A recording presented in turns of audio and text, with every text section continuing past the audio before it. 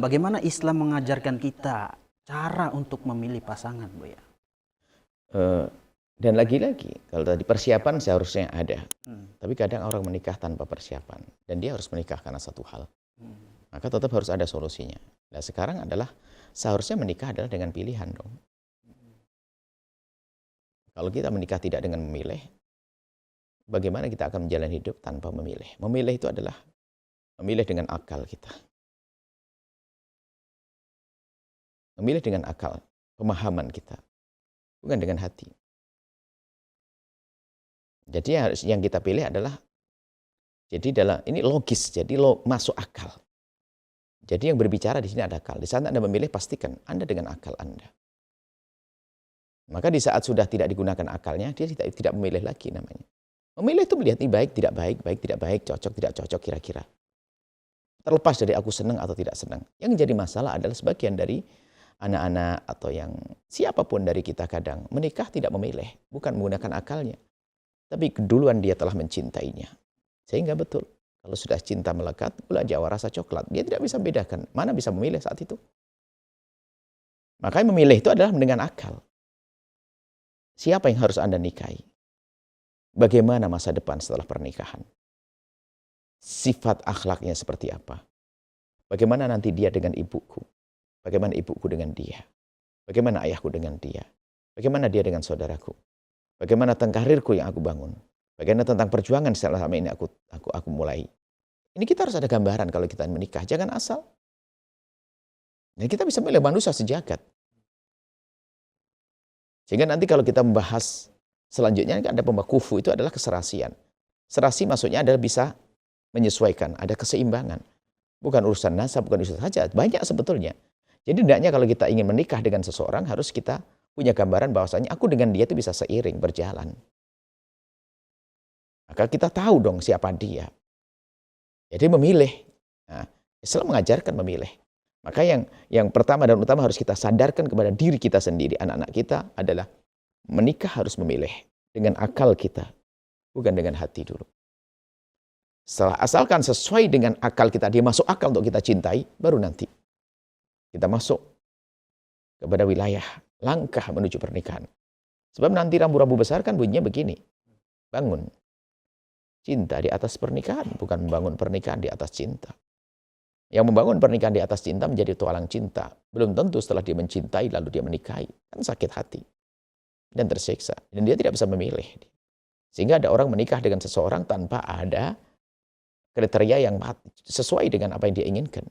Hanya karena dia terlanjur terjatuh dalam cinta. Dia kena panah asmara. Dia mabuk asmara. Dia nggak bisa memilih lagi. Hanya dia.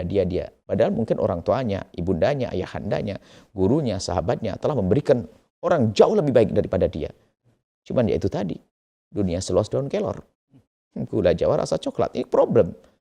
Problem orang yang sudah dikuasai oleh cinta sebelum waktunya, maka dia tidak bisa memilih. Jadi memilih itu penting. Memilih itu adalah penting. Menggunakan akal lah. Baginda Nabi mengajarkan tungkahul mar'atulah. Wanita itu kalau yang akan dinikahi itu harus ada kriteria berikutnya. Kita boleh memandang dari sisi yang tampak, mulai dari jamaliha, imaliha, jamaliha. Boleh kita bertanya tentang keluarganya, keluarga cukup atau tidak cukup.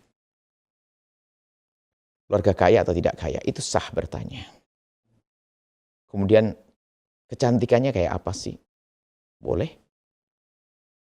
Kita boleh memilih yang tercantik sekalipun, ratu tercantik di dunia, boleh. Kemudian hasabiha.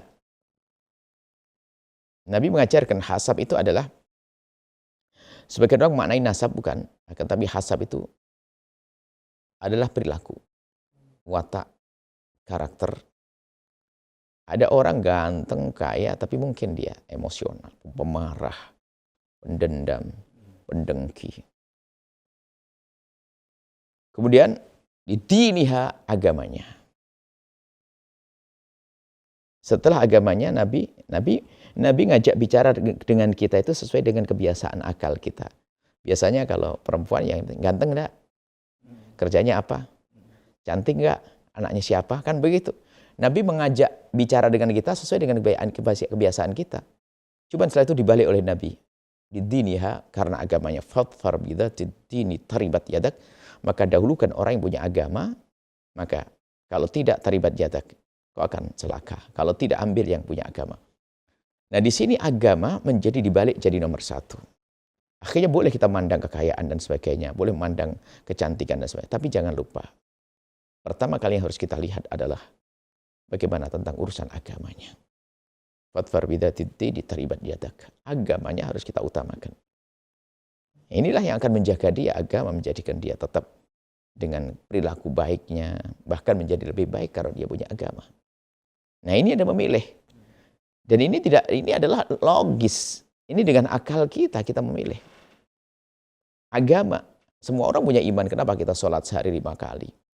Kemudian rindu untuk naik haji, padahal capek dia. Kalau Anda tahu cerita umroh dan haji itu kerjaan capek.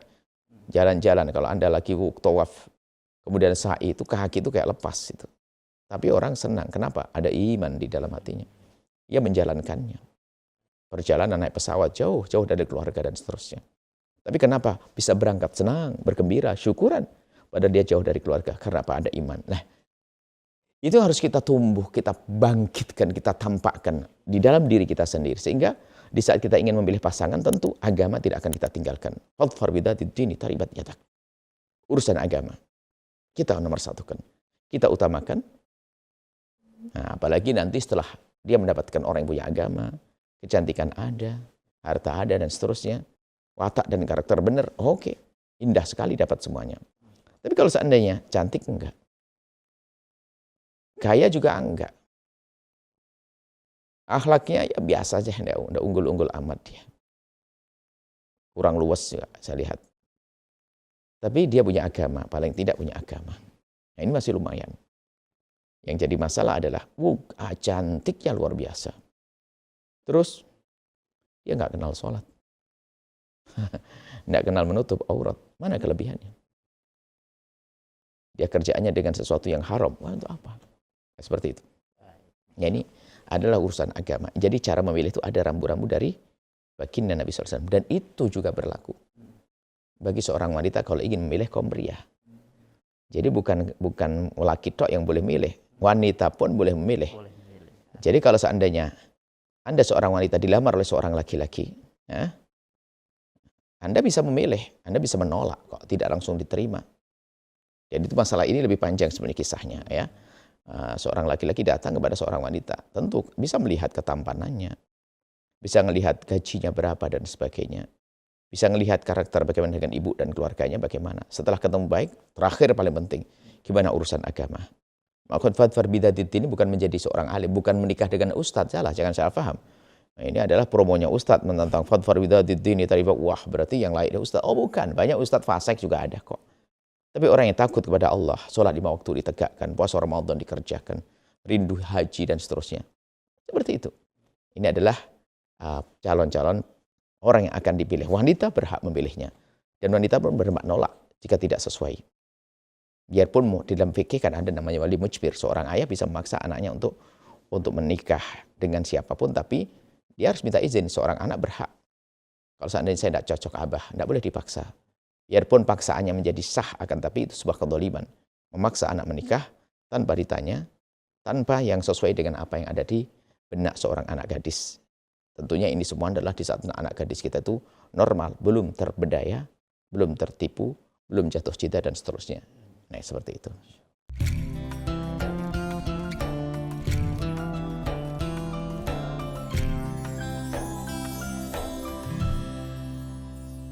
Sahabat Al-Bahjah TV, setelah menyaksikan video ini, jangan lupa bersholawat kepada baginda Nabi Muhammad. Shollu ala Nabi Muhammad. Allahumma sholli alaihi wa ala alihi wa sahbihi.